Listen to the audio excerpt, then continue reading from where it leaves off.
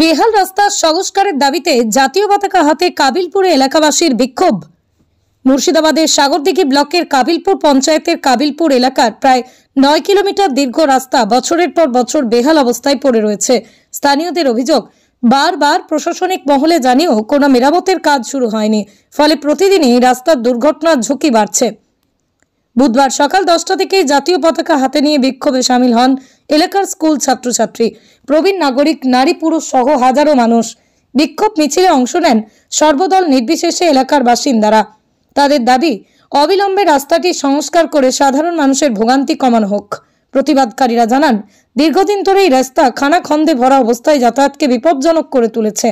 প্রায়ই ছোট বড় দুর্ঘটনা ঘটছে, তবুও কর্তৃপক্ষ কোনো পদক্ষেপ নিচ্ছে না। এলাকাবাসীর হুঁশিয়ারি, দ্রুত কাজ শুরু না হলে আরো বৃহত্তর আন্দোলনের পথে নামবেন তারা। প্রধান সমস্যা রাস্তা। দীর্ঘ প্রায় 17 বছর যাবৎ কাবিলপুরের রাস্তাটা পুনর্নির্মাণ হয়নি। 2008 সালে প্রথম হয়েছিল, আজকে 2025 সাল অতিবাহিত হতে গেল। এত বছর যাবৎ রাস্তাটি হয়নি।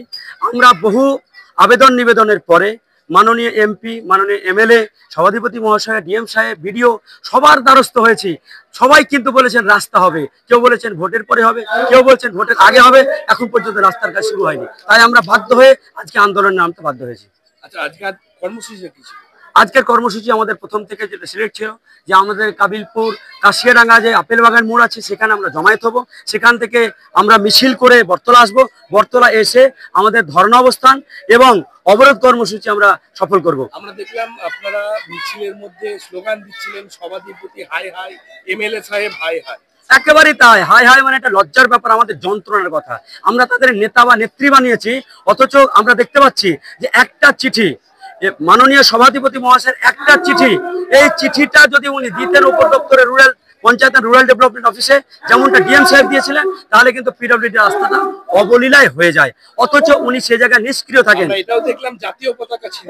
জাতীয় পতাকা থাকার মূল কারণ, এখানে আমাদের দল, মত, বর্ণ নির্বিশেষে এখানে শাসক দলের মানুষ প্রচুর আছে, এখানে বিরোধী দল যারা তারা আছে, এখানে অন্যান্য ছোটখাটো দল প্রত্যেকে আছে। এক কথায় এটা কাবিলপুর বাসীর আওয়াজ, কোনো দলের নয়, কোনো শ্রেণীর নয়। ব্যানারে লেখা দেখলাম যে আগে রাস্তা পরে ভোট। আপনি কি ভোট বয়কট করছেন? দেখুন, কাবিলপুরের মানুষ ভোট বয়কটের পর্যায়ে পৌঁছে গেছে। আমরা একটা হিন্টস দিতে চাইছি, আমরা যারা ভোট করবেন, অর্থাৎ আমাদের যারা ভোট করবেন, এক কথায় তো তাদেরকে আমরা বার্তা এটা দিতে চাইছি যে এমন যন্ত্রণা পৌঁছেছি আমরা যে ভোট বয়কটের মতন কন্ডিশন, এই কন্ডিশনটা আমরা জানান দিচ্ছি। আপনার নাম? আমার নাম শহীদুল্লাহ। আপনি এলাকার বাসিন্দা? আমি এই এলাকারই বাসিন্দা। আচ্ছা, যদি এই সুরাহা নামে তাহলে দেখুন, কাবিলপুরের যন্ত্রণা দীর্ঘদিনের, তাই একের পর এক আমরা পদক্ষেপ নিব।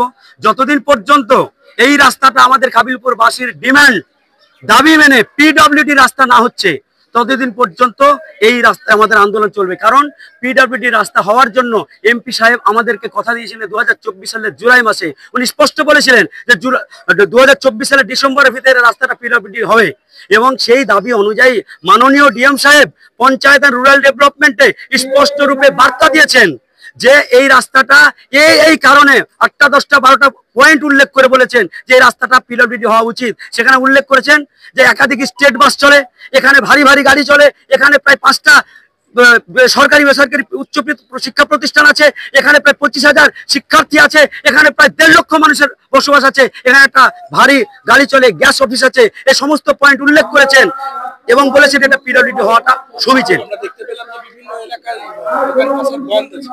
বন্ধ আছে, এটা মানুষ স্বতঃস্ফূর্তভাবে সমস্ত কিছু ছেড়ে রাস্তার জন্য নেমেছে, কারণ প্রত্যেকে ক্ষতিগ্রস্ত।